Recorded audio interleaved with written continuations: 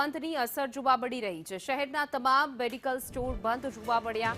Online દવાના વેચાણને લઈને વિરોધ નોંધાવ્યો છે। ઓનલાઈનના કારણે નાના વેપારીઓને નુકસાન થઈ રહ્યું છે। ઓનલાઈન દવા વેચાણ પર કડક નિયંત્રણની માંગ ઉઠી રહી છે। મેડિકલ સ્ટોર બંધ રાખીને વિરોધ નોંધાવ્યો છે। દવાના વેપારીઓ બંધના એલાનમાં જોડાયા।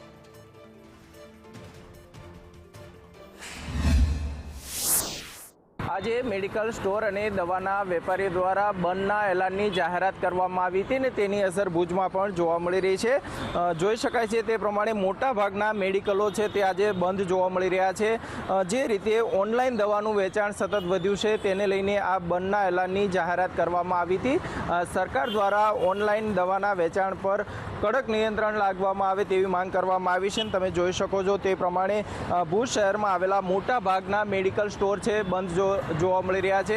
કેટલાક મેડિકલ સ્ટોર છે તે અડધા શટરે ખુલ્લા રાખવામાં આવ્યા છે, કારણ કે દર્દીઓને કોઈ પણ પ્રકારની હાલાકી ન પડે તે માટે કેટલાક મેડિકલ સંચાલકોએ પોતાના મેડિકલ સ્ટોર છે તે શરૂ રાખ્યા છે। પરંતુ જોઈ શકો છો તે પ્રમાણે બંધના એલાનની અસર છે તે ભુજમાં પણ જોવા મળી રહી છે અને ભુજમાં મોટાભાગના મેડિકલ છે તે અત્યારે બંધ હાલતમાં જોવા મળી રહ્યા છે।